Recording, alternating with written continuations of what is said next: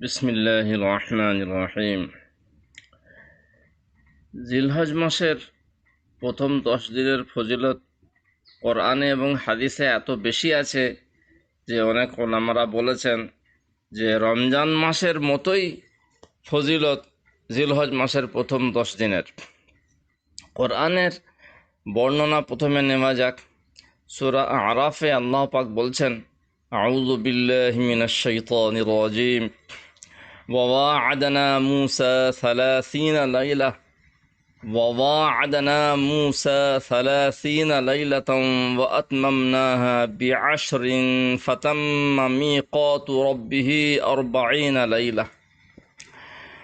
সূরা আরাফের 142 নম্বর আয়াতে আল্লাহ পাক বলছেন যে আমি মুসা আলাইহিস সালামের সাথে ওয়াদা করেছিলাম যে 30 দিন তিনি একাধারে রোজা রাখবেন, তারপরে তাকে তাওরাত দেয়া হবে।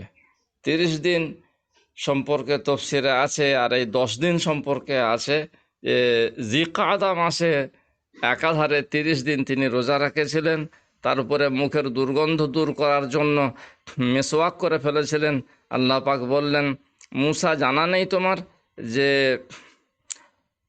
রোজাদারের মুখের দুর্গন্ধ আমার কাছে মেঘনাভির চেয়ে বেশি প্রিয়, আবার তোমাকে 10 দিন রোজা রাখতে হবে বলে জিলহজ মাসের প্রথম 10 দিন আবার রোজা রাখিয়েছিলেন এবং মুসা আলাইহিস সালাম রোজা রেখেও ছিলেন। দ্বিতীয় সূরা হজ্জের মধ্যে আল্লাহ পাক জিলহজ মাসের প্রথম 10 দিনের আলোচনা করেছেন।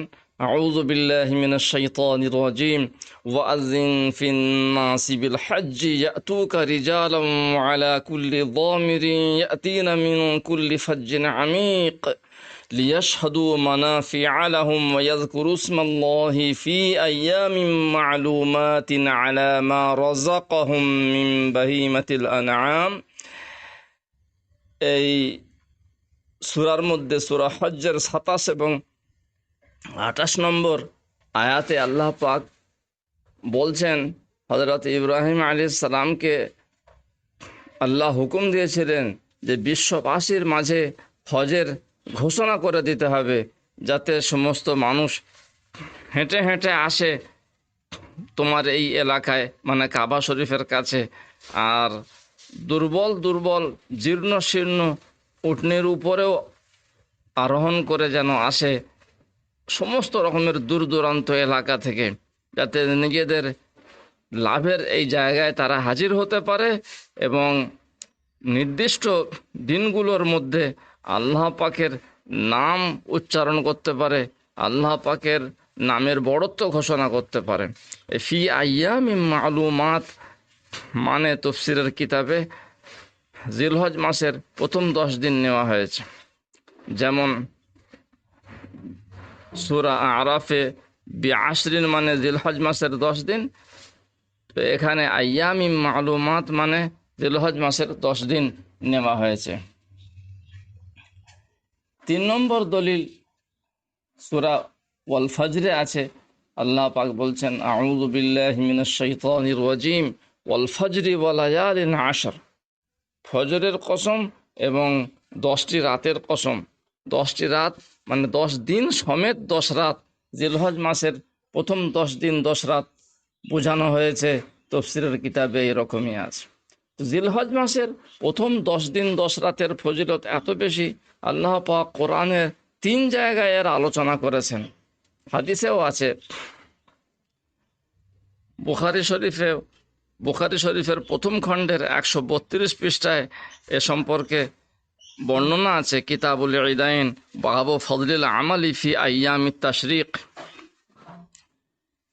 হযরত আব্দুল্লাহ ইবনে ওমর, আবু হুরায়রা রাদিয়াল্লাহু আনহুমা জিলহজ মাসের প্রথম 10 দিনে যখন তখন বাজারের দিকে বের হয়ে যেতেন এবং সেখানে গিয়ে জোরে জোরে তাকবীর পড়তেন। মানুষ তাদের তাকবীর শুনে তাকবীর শুরু করে দিত। সে তাকবীর কি? ওই তাকবীরই যেটাকে তাকবীরে তাশরিক বলা হয়, যে তাকবীরে তাশরিক জিলহজ মাসের 9 তারিখের ফজর থেকে নিয়ে 13 তারিখের আসর পর্যন্ত আমরা ফরজ নামাজের পরে পড়ি আল্লাহু আকবার, আল্লাহু আকবার, লা ইলাহা ইল্লাল্লাহু আল্লাহু আকবার ওয়ালিল্লাহিল হামদ। এই তাকবীরে তাশরিক 9 তারিখের ফজর থেকে নিয়ে 13 তারিখের আসর পর্যন্ত ফরজ নামাজের পর পড়া ওয়াজিব। কিন্তু ওই তাকবীরই আবার জিলহজ মাসের 1ম তারিখ থেকে সবসময় উঠতে বসতে, হাটে বাজারে, ঘরে বাইরে সবাই সবসময় বেশি বেশি করে এই তাকবীর পড়বে। এটা সুন্নত। এই সুন্নত জিন্দা করার জন্য এবং মানুষকে স্মরণ করিয়ে দেওয়ার জন্য, ভুলে যাওয়া গাফলতিতে থাকা মানুষদেরকে মনে করিয়ে দেওয়ার জন্য আব্দুল্লাহ ইবনে ওমর, আবু হুরায়রা রাদিয়াল্লাহু আনহুমা বাজারে গিয়ে জোরে জোরে তাকবীর পড়তেন। এই জিলহজ মাসের প্রথম 10 দিন থেকেই মানুষকে স্মরণ করিয়ে দিতেন। বুখারী শরীফের আরেকটি হাদিসে আছে, আব্দুল্লাহ ইবনে আব্বাস রাদিয়াল্লাহু আনহুমা রাসূলুল্লাহ সাল্লাল্লাহু আলাইহি সাল্লামের হাদিস বর্ণনা করছেন। সাহাবারা জিজ্ঞাসা করলেন, আল্লাহর রাসূল, জিলহজ মাসের এই 10 দিনে আমল করার ফজিলত কি আছে?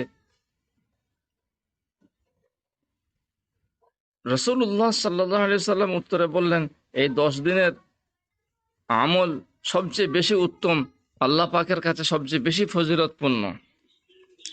সাহাবায়ে কেরাম জিজ্ঞাসা করলেন, এই 10 দিনের আমল আল্লাহ পাকের কাছে সবচেয়ে বেশি ফজিলতওয়ালা, সবচেয়ে বেশি পছন্দনীয়।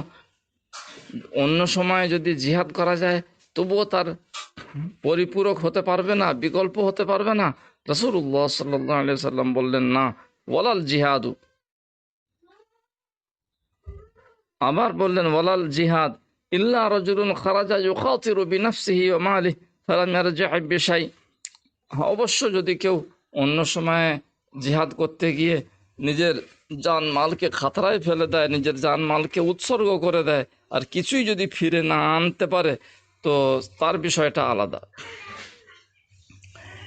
এইভাবে বুখারী শরীফে আরেকটি অধ্যায় আছে, বাবু তাকবীরি আইয়ামা মিনা ওয়া ইযা গাদা ইলা আরাফা। মানে হাজী সাহেবরা যে শুধু তালবিয়া পড়েন এই সময়, মিনায় আরাফাতে যাওয়ার সময়। সাহাবায়ে কেরামের যুগে এরকম ছিল না। মাঝে মধ্যে তালবিয়া পড়তেন, লব্বাইক আল্লাহুম্মা লব্বাইক, লব্বাইক লা শারীকা লাক লব্বাইক, ইন্নাল হামদা ওয়ান নি'মাতা লাক ওয়াল মুলক লা শারীকা লাক। হাজী যেহেতু ইহরামের অবস্থায় আছেন, তো তালবিয়া তার জন্য উত্তম জিকির যেমন, অন্যদিকে তকবীরটাও তারা একেবারে ভুলতেন না।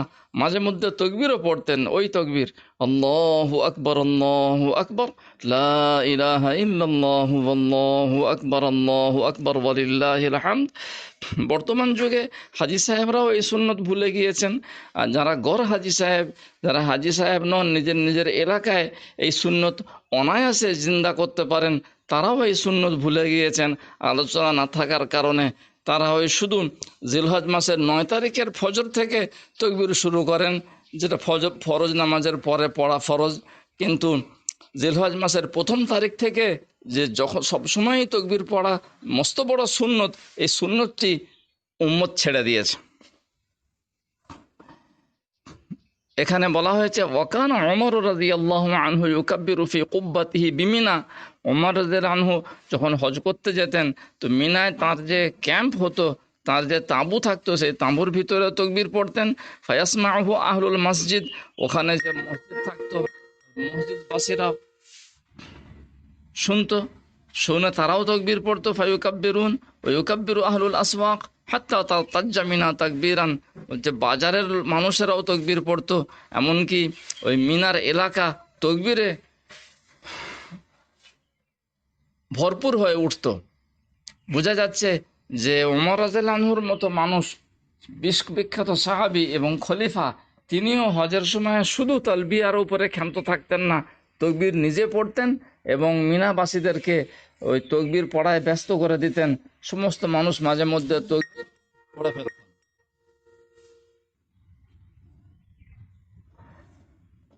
ইবনে উমর রাদিয়াল্লাহু আনহুমা তার আমল সম্পর্কে ওই বুখারীতেই আছে, ওয়াকান ইবনে উমর ইউকাব্বিরু বিমিনা তিলকাল আইয়াম ওয়া খালফাস সালাওয়াত وعلى فراشه وفي فسطاطه ومجلسه وممشاه وتلك الأيام جميعا وكانت ميمونة تكبر يوم النحر وكان النساء يكبرن خلف أبان بن عثمان وعمر بن عبد العزيز ليالي التشريق مع الرجال في المسجد. হযরত আব্দুল্লাহ ইবনে ওমর রাদিয়াল্লাহু আনহুমা তিনি ওই হজ করতে গিয়ে মিনাতে তাকবীর পড়তেন, নামাজের পরে তো পড়তেনই, এছাড়াও বিছানায় থাকা অবস্থায়, তাঁবুর ভিতরে, নিজের বৈঠকে, চলাফেরার সময়, ওই দিনগুলোতে মানে জিলহজ মাসের প্রথম 10 দিন অনবরত তাকবীর পড়তেন। আর শুধু পুরুষেরা নন, মা বোনেরা মাস্তুরাতরাও ইয়াউমুন নাহরে তাকবীর পড়তেন। আর বলছেন যে ওসমান রাদিয়াল্লাহু আনহুর ছেলে আবান, তার নেতৃত্বে যখন মানুষ হজ করতে যেতেন, তারাও এই তকবীরের সুন্নত জিন্দা করতেন। হাজী সাহেবরা শুধু যে তালবিয়া পড়ে ক্ষান্ত হতেন তা নয়, বর্তমান যুগে যেমন করা হয়, তালবিয়ার সাথে তকবীরও পড়তেন। ওমর ইবনে আব্দুল আজিজ রহমতুল্লাহ আলাই, যিনি 100 হিজরিতে খলিফা হয়েছিলেন, তার সময়ও এই সুন্নত জিন্দা ছিল যে মাস্তুরাতরা তারা এই তকবীর পড়তেন তালবিয়ার সাথে। এ সম্পর্কে আনাস রাদিয়াল্লাহু আনহুকে জিজ্ঞাসা করা হলো যে আপনারা কিভাবে ওই হজের সময় কি কি পড়তেন?